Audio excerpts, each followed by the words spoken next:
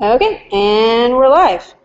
Okay, so welcome to the Social Media Club Springfield, Missouri June meeting over diversifying your content. As usual, we're going to start with introductions. I'm Cassie Witt. I'm one of the co-presidents. I work for my marketing giant here in town doing as a project manager and also as a social media specialist.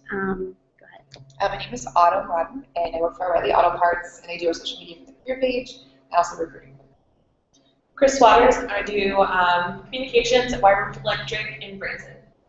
Rebecca Gotzi, I'm an instructor at SVU teaching communication. Beth Meeks with Consumer Credit Counseling, and I manage the social media for Consumer Credit Counseling. Kevin Richardson, I'm a communication designer. Illustrations and communications. Okay, cool. Well, we have a very diverse group here today, which is good, because we are going to be talking about diversifying your content.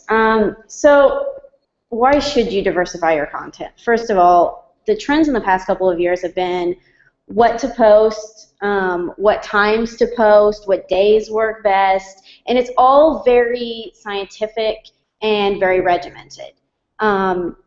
But because of that, people are posting a lot of the same stuff, they're posting at the same times, and so none of their content stands out.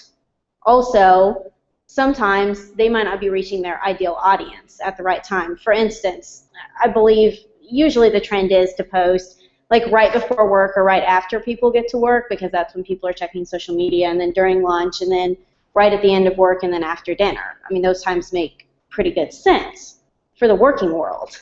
But if your audience is a bunch of stay-at-home moms, maybe the best time to post is early in the morning and nap time and later at night after the kids go to bed.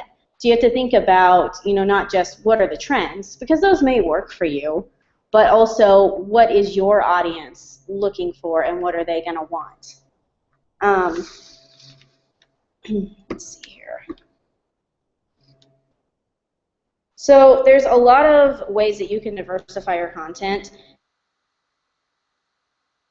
One of them is you can also post different types of content, and you can diversify the places you get your content.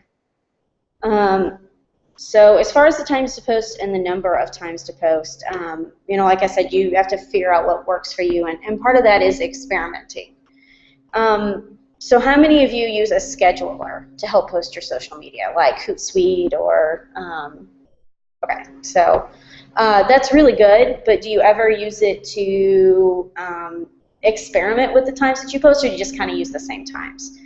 Because using a scheduler, especially if you use Hootsuite, a lot of them you can drag and drop stuff to different times. So let's say that you see that all of your posts are going out at noon. Well, you can just simply drag and drop it to a separate time, and then you can look at the analytics on whatever platform you're on afterwards and just see what worked better. Did you get more shares? Did you get more likes?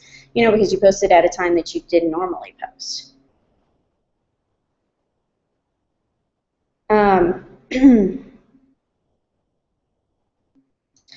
The same goes for the number of times you post. Using a scheduler can also help with that.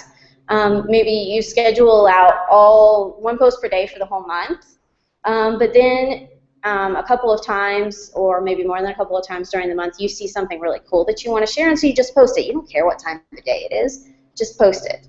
And that not only gives you the different number of times that you can post, but it also gives you a different time that you're posting, so you can kind of see how that works. How many times should you post a day? What is too much? What's not enough? It's really up to your audience and the platform. On Twitter, you're probably going to want to post more, just because there's a lot of activity there, and unlike on Facebook, there's not, they don't really have an algorithm for what they show you. They show you everything, everybody that you follow, plus people that are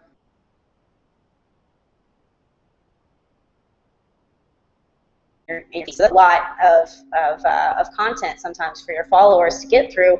So posting multiple times a day is good on Twitter. On Facebook, maybe not so much. because of the algorithm. If they like and or if they engage with your content a lot, they're going to see your content more. So if you start posting more times a day, it might seem like you're spamming them, even though that's not, you know, really what you're doing. It's just that it happens to be showing up in their news feed more often. LinkedIn doesn't have an algorithm for what it shows. Neither does Google+. So for those, at least a couple of times a day, I would say.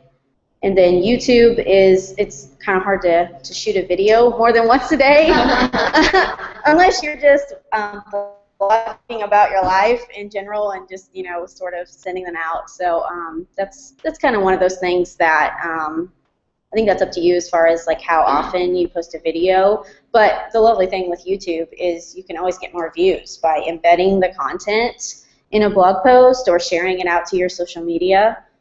Trying to think. Pinterest is also one of those things that there's a lot of content on.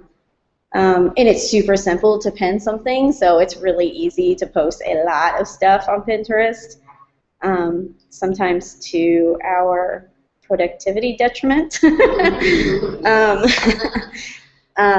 see what else. And then there's Instagram. Actually, I don't know a lot about the stats on Instagram and how many. I know it's been growing the last couple of years, so I'm not really sure on how often I post on that. But once again, even though, you know, we recommend these certain things, it might be different for you. It might be that your audience on Twitter doesn't want you to post a lot, you know, or on Facebook, or maybe they want you to post more. You reach more people when you do that, and your stuff is more effective. So that's also another way to experiment and see what really works for you. Another way that you can diversify is the types of content to post. So obviously there's the main ones. There's text, picture, link, video, but even within those, there are many different variations. Pictures can be a selfie, a group of peepers, maybe doing something funny. They could be infographics. They could also be memes. You know, sometimes those are fun to share. Obviously, you probably don't want to share those all the time because those get annoying. But, you know, even within pictures, there's a lot of variation. And text, you know, you could ask a question, or you could state something that is very controversial, or just, you know, make a regular statement. Google Plus allows you to bold, italicize, underline, and strike through your content to make it look prettier and more readable. Facebook and, well, actually the other platforms don't allow you to do that, but you can use all caps. You can add dashes underneath things to separate content, and if you know what the keyboard shortcuts are, you can even add bullets and check marks and other cool symbols to your stuff to make it read better. Links, those are pretty simple, links and videos, but you can give people a reason to click on them by explaining what the video is about so that they know that they're not wasting their time. You know, I know it's only probably 30 seconds of their time, but people don't want, they really don't want their time to be wasted. So by doing that, or by saying something enticing about the link or the video, you can get more clicks on it, and so that's a way that you can diversify for those types of things. Have you experimented with the Vine? Sorry, what? With the Vine? No, I have not, because I don't have an, I've got an Android and not an iPhone, but I do know that there are some brands that have done really well with it, and people too. If you just search Mashable for best Vine users or whatever, you'll come up with several different posts on that. Vine is a little bit tricky because it's only 6 seconds of video, I think, so it's a little bit harder to produce content for that. But there are some really cool things that people have done. I really like the stop motion stuff because I think that's really cool because I think they've kind of made stop motion cool again with Vine. You know, because everything these days is, you know, 3D graphics and visual effects. So I think that's kind of a cool thing about Vine. But it is kind of hard to do things for Vine. I do know that people use stop motion. There's even, like, if you can do it within 6 seconds, you can do some kind of a tutorial. I've seen cooking tutorials where they'll put all their ingredients out there and then they put the little words on their ingredients as what they are, and then they'll show kind of clips from them cooking it, and as long as it's not like a very long dish to cook, it works pretty well. You can do funny things, or you can just post yourself saying something. There's a lot of stuff that people do with Vine videos, but I have not personally. Has anybody else in the room done anything with Vine? I think it just depends on your brand. Yeah. I think it really just depends on your brand. There's a lot of big brands on Vine. Visuals, something like that. Yeah. I mean, you know, Skittles. Yeah. M&Ms. I mean, like things like Yeah. that, where they have a very clear marketing plan that includes things very visual and fun. Whereas, you know, White River Electric, not only is our general demographic not using Vine, but there's really only so much you can do with 6 seconds and a boring topic such as electricity. Yeah. Decent safety. So don't do this.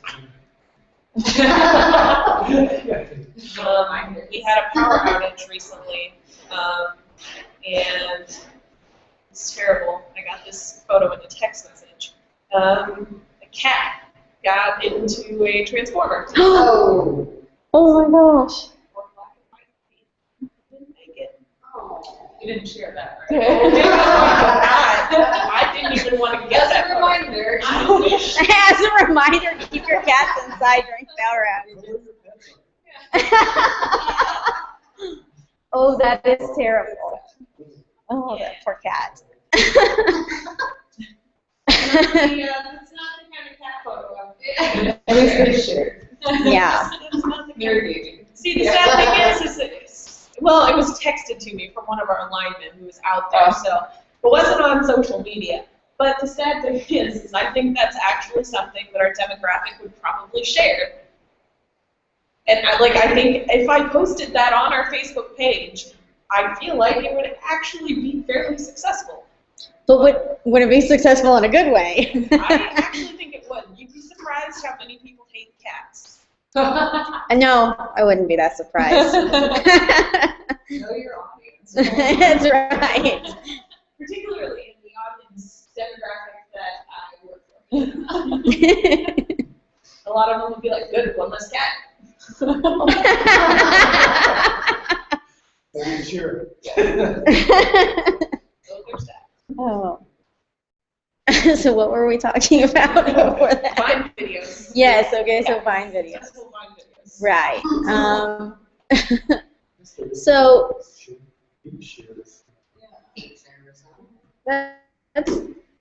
that's actually another way that you can diversify is to try out some different platforms. So if you've been on Facebook forever and that's all you've done, then maybe try out Twitter and give it more of a chance than just one tweet like some people do. They'll tweet once and then never go back. No, I didn't get a response. Well, you didn't have anybody following you. Of course you didn't get any response. But, you know, try out some different platforms, and before you do, you know, maybe just look up some stuff about trends on those platforms, or maybe what people are doing that are working, or even just go to the platform yourself and look at stuff and just try and get inspired by stuff before you do, because if you just go on there and you're just sort of automatically posting, or maybe you're posting the same thing that you posted to another platform, it might not work as well. Just because, you know, obviously Pinterest is different than Facebook. You can still post the same thing that you posted, but instead of obviously posting text in a picture, well, you're still going to post text in a picture, but your picture is a lot more prominent on Pinterest than it is on Facebook. So it gets a lot more face time. Well, and I think as far as like discovering new content you can diversify with, the speaker from Digital Media or Digital Lunchbox that we had a few months ago, he had an awesome. It was from Coca-Cola, the campaign, and like their plan as far as diversifying and creating new content was a 70-20-10 model, where 70% of your content is your safe content that's, you know,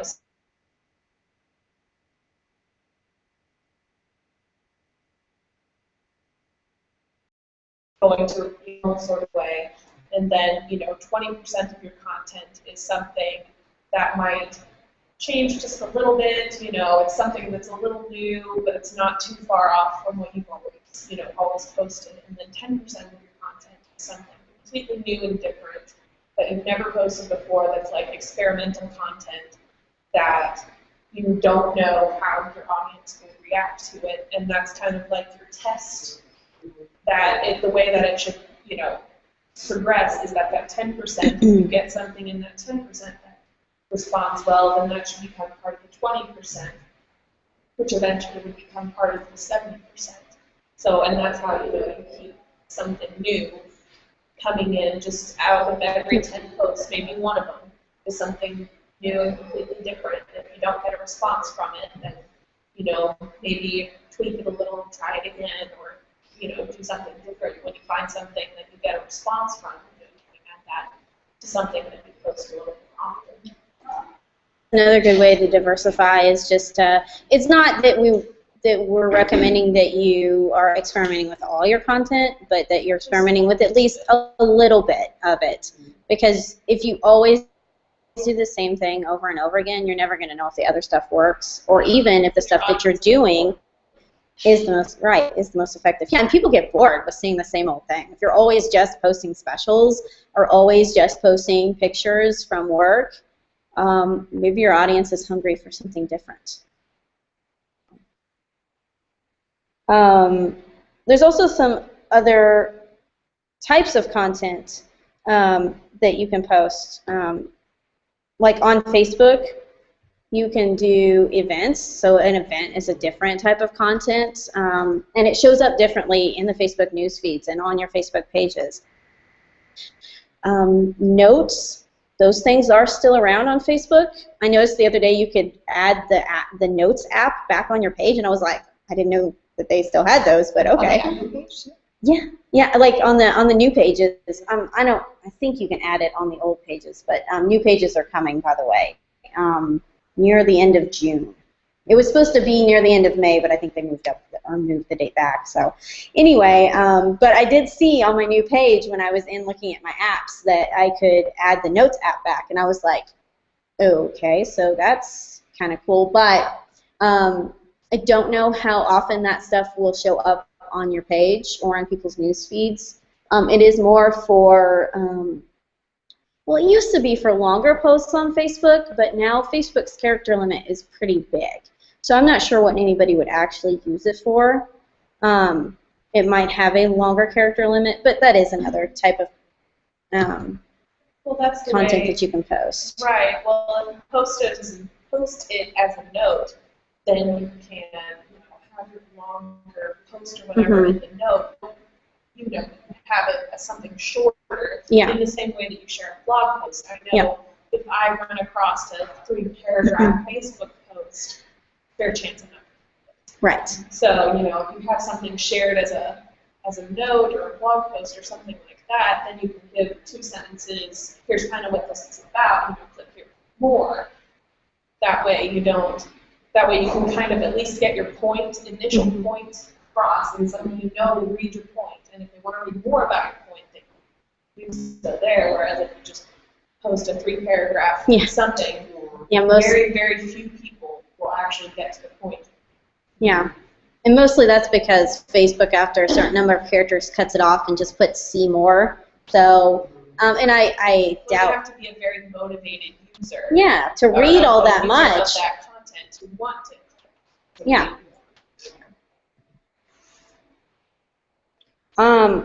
Ads and promoted posts on any platform that allows them are also another type of content. I know we don't think of that as a type of content, but it really is.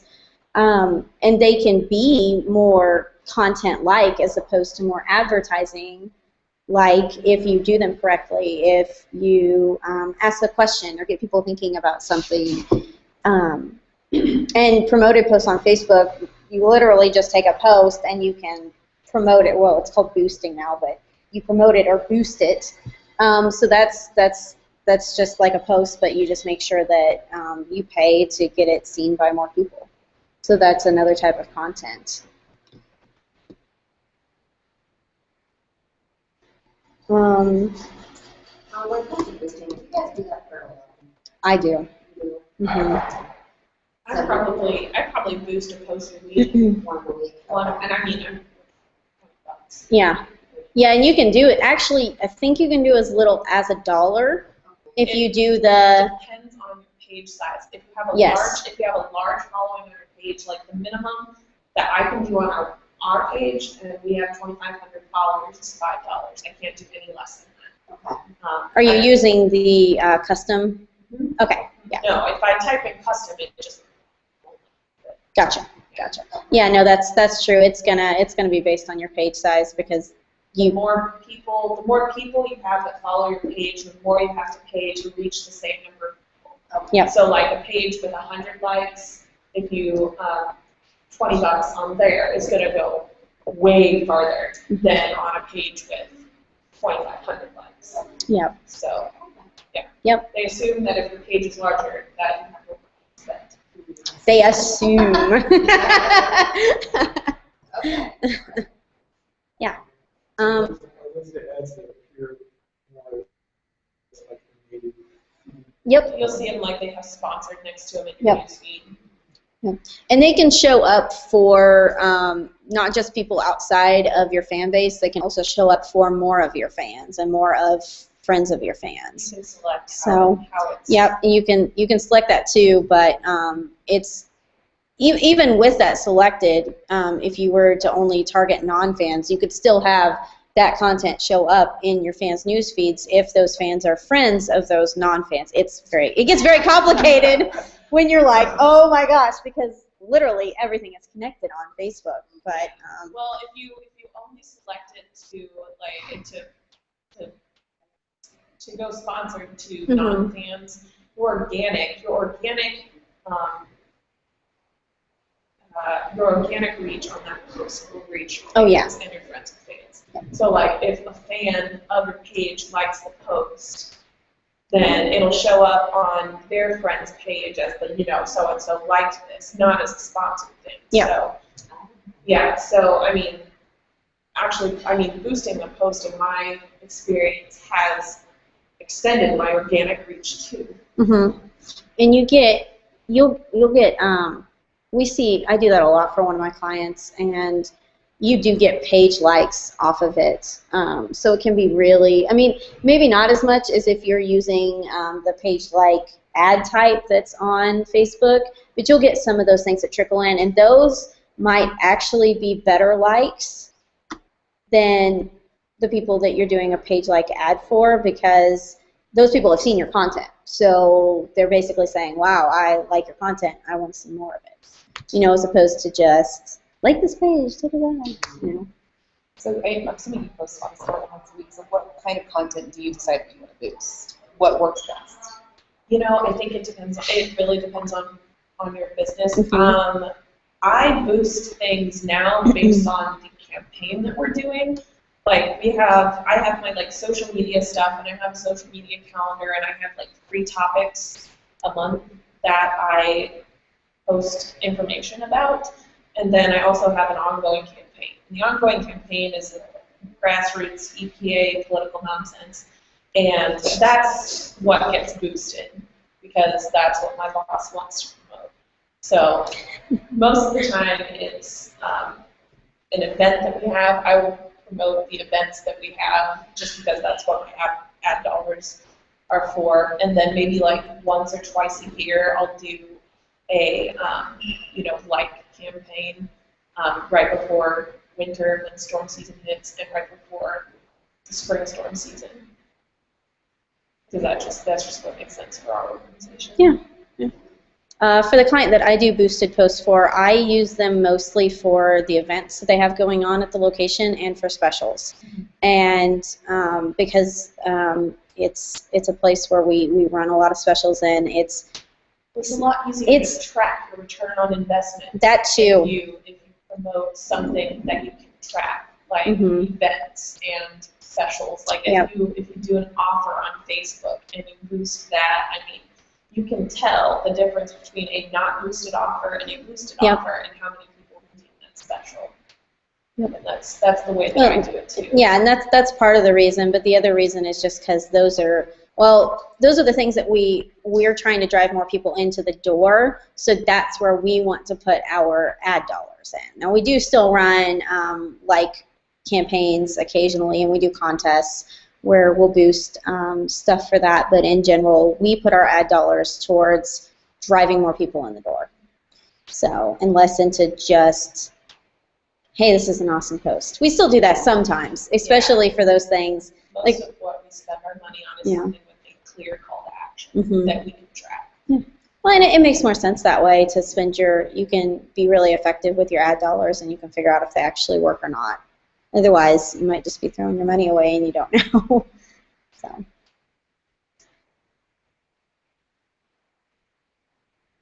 Another way you can diversify your content is to change up the places that you get your content from. So some brands will only post stuff from their website, which is great because you should post stuff from your website because you want to drive people back there, especially if your website is an online portal, or even if it's a local business, just getting them to find out where you're at and come in the door is good. But you can use plain old Google search to find things in your industry or related ideas. You can also use Google Alerts, which is kind of like Google search, but you get it directly to your inbox or to an RSS feed. So you can, it's like an ongoing search. So you sign up to find things about social media. So anything that's even remotely related to social media will show up either in your inbox or in your RSS reader. And then from there you can look through the content and find stuff that you want to share. Another way is to use search on YouTube or Pinterest. I had a client that they did not have a lot of content on their website, and we wanted to drive more people back to their website, but we couldn't really do that without a lot of content, and I didn't want to post the same thing over again. So I used Pinterest search a lot to find things that other people posted, like cool infographics about the industry and funny pictures and just some more interesting content, because it was a plumber, and so that's much like electricity is not the most interesting. So using Pinterest, it was actually a really good way to diversify that content and also get more eyeballs in general on our Facebook page, so that when we did post stuff linking back to our website, we would get more clicks. And as soon as I started doing that, I did see more clicks come back to the website from our other posts. So diversifying your content can also help drive some of that other type of the engagement on that other type of content. So.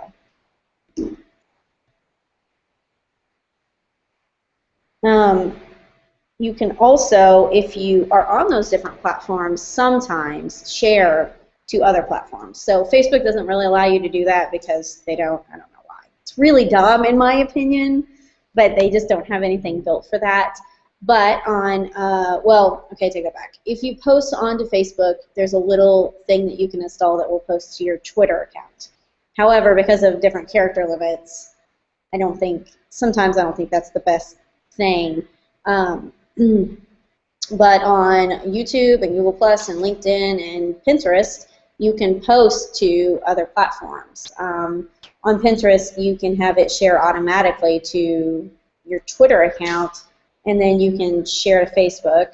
And on YouTube, if you post a new video, you can have it share to Twitter and Facebook if you hook them up, and Google+. And then, of course, the share button on YouTube, once you post it, has other places that you can share it, such as LinkedIn and all the others. On LinkedIn, you can have it automatically post to Facebook and Twitter. So those, that's another way that you can pull some of your content in from your other social media platforms, which not only allows your content to be a little different, but also might mean that more people will follow you on those platforms if they follow the link back, because it will say via Pinterest or via Twitter or wherever it came from. Do you suggest doing that over posting, say, through Spouse Social? I've tried it both ways, and I find that sometimes cross-posting is a little more effective, sometimes. But using Sprout Social allows you to just kind of get it all done at once. Whereas if you did the cross-posting, you'd have to post it and then go back in and share it. Well, sometimes go back in and share it. So I think that might just be another way to try and figure out what works best. I know for some things you can't post the same thing to all platforms, obviously because of character count, but also because just of different formats. So sometimes that's not even. Sometimes Sprout Social isn't even, the answer to that question. So. See, I know for us, because we don't have the budget to be able to use Sprout Social and things like that, I use the Facebook scheduler, and I start with Facebook, and I go through the first of the month and schedule out the general posts that I'm going to do based on the 3 categories that I have. But I won't only book it up. I'll book 3 or 4 posts a week on Facebook, and then I'll take what I posted there and take those links and everything, and then I use Hootsuite to schedule our Twitter posts and Google+. Mostly because no one uses Google+ in our demographic. I only have it for search optimization. Yeah, that's really good for that. And I only use it for that, so I don't really care about the interaction on Google+. It just has to be there.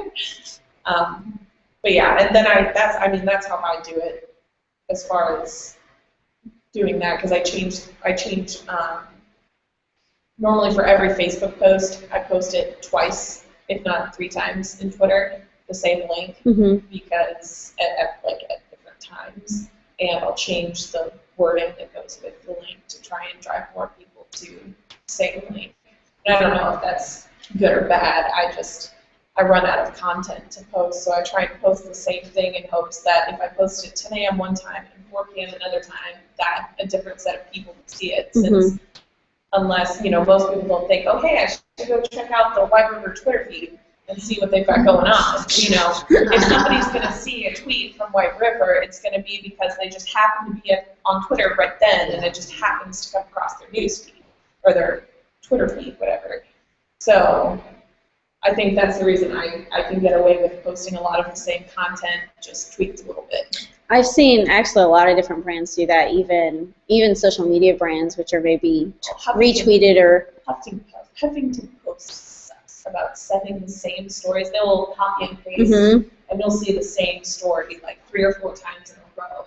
Nope, that's not good, because I actually think to go to Huffington Post's Twitter feed and see what they're doing. So... Well, especially if you just check out all of them. Yeah, and it's they don't even change. They're short on news. Right, they don't even change the headline at all. That's what I changed. I changed the headline that goes with the link so that it looks different. They don't even try. Fire them off. I have a feeling they have a few more followers than Chad.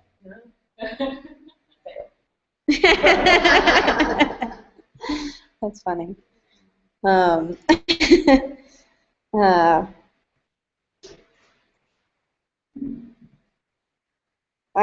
So another way that you can diversify is to not just post. Answer questions that people post to your feed. Answer reviews, even if they're bad. In fact, I believe that you should always answer bad reviews. You can also retweet stuff on Twitter. That's another type of content, or reply On LinkedIn and Facebook, you have groups. So whereas that is just posting, you could on groups, you could be answering a question that somebody asks that can make you look like an authority, or can even help boost your SEO, because now you have content out there that points back to you in some way that is about your subject. There's many, like on Pinterest, you can repin something or just post something. On YouTube, you can leave comments. You can also post updates on YouTube, which I don't think a lot of people know, but there is like a status update type thing, sorry, on YouTube, which doesn't get used a lot, but it can be effective, especially if you want to send messages to your followers. What else is there? You can also target stuff to different demographics. So on Facebook, you can do that. On LinkedIn now, you can do that. They've just added that for company pages. You can target, if you have to have more than 100 followers, because you have to be able to target at least 100 followers. But if you have a lot of followers for your LinkedIn company page, you can maybe only target moms, or, well, okay, I think that's one of the categories. You can, let's see, you can target by the size of the company that they're in. You can target by you can target by what industry they're in. You can target by their title. You can target all kinds of stuff basically related to their thing. So let's say, for instance, that you have a job posting. So a really good thing to do would be to post to everybody who is a non-employee of something, which you can do. So that's pretty cool. I think that is about it for the different types of things you can do. Let me see here. We already talked about using a scheduler, which I think is a great way to be able to not just diversify, but also to manage your time. So diversifying your content probably means that you're going to be spending more time on social media doing that, because you're not doing the same old thing. If you're doing the same old thing, you probably have a process or a procedure that you're following, and when you change that up, obviously it's going to take more time. So using a scheduler can help cut down on that time, and can also help you manage how you're changing things, especially if you're changing the number of times you're posting or the time of day that you're posting. So that's really good. Schedulers such as Hootsuite, which also have feeds, can also help you manage sharing and liking and stuff on those different platforms. So that's good to have, and that's it for schedulers as far as how they can help. And actually, I think that is all I've got. So, any questions? Those are great examples of what to do. So it does, like, you've done a lot, I think, with a subject that's maybe not as interesting as some others. So I think It's not that cool. no, unfortunately it's not. So you have to find ways to make it interesting and yeah, auto parts. Yeah. Auto parts, electricity. It's the same. The demographic is so different. You know, we are targeting 1857, so how do you Not target? Well, and there's a wide spectrum of people that shop at O'Reilly. So even that itself is. Yeah, I think, yeah, you've got, we at least for me, or at least for us, we've got, I mean, 18 to old all the way old. So they're not age. 18 to old. Not quite dead. I mean, at least within that spectrum, a majority of our followers are at least like of the conservative nature. So we cut out about half. So I don't like, when I post things, I keep that half in mind less so than the other half. So we offend less people.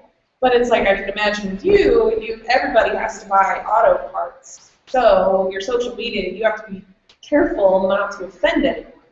Whereas on our social media, we're so overwhelmingly one-sided that if I posted something that offended one person on the lesser half, that the rest of social media will come to our defense. It's actually great. It handles itself sometimes. We sit behind the scenes. We're like, this person is a fool. We can't say that. We have our standard response. Say it. But like, somebody posts something about like, I don't know, power not being restored and something mean. Our linemen, their wives, their wives take care of it for me. It's been like, I probably should stop this, but I'm not going to. I'm not going to. They don't work for me. I can't control what they do. And it's hard on a career site too to find like the diverse ways to reach, the technical side, the IT positions, and then the marketing side, but then also reach the accounts, the finance, the sides, and how to appeal to them, and and on the other side. So we post DC stores and corporate positions. Yeah.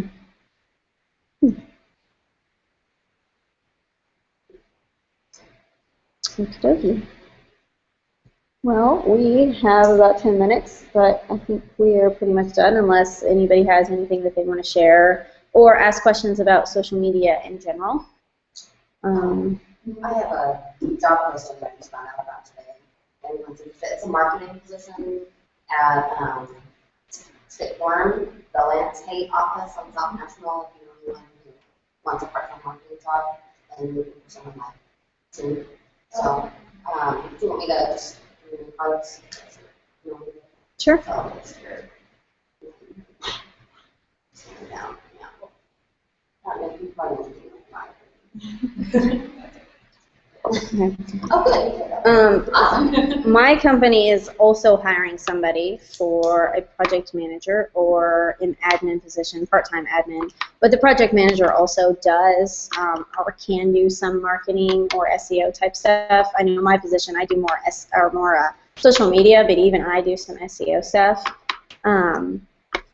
So it's a little related. And we are looking for somebody because we are growing, and if I take on any more clients, I think my head might pop. So, and you can post this on the social media club page if you want. So there's always people. We have a fairly wide following, so you wouldn't know it to see the attendance for the meetings, but. We do have a fairly wide following, and people do share that stuff out. So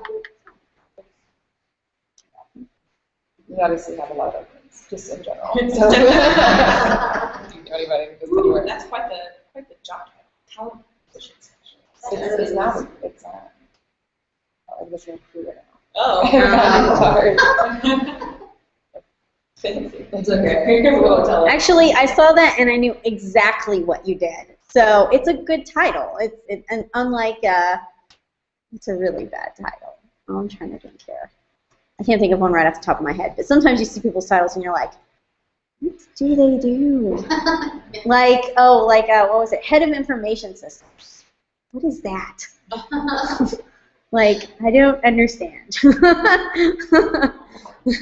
a few, but the title doesn't do it justice. Yeah. I'm not representing what this person is actually doing.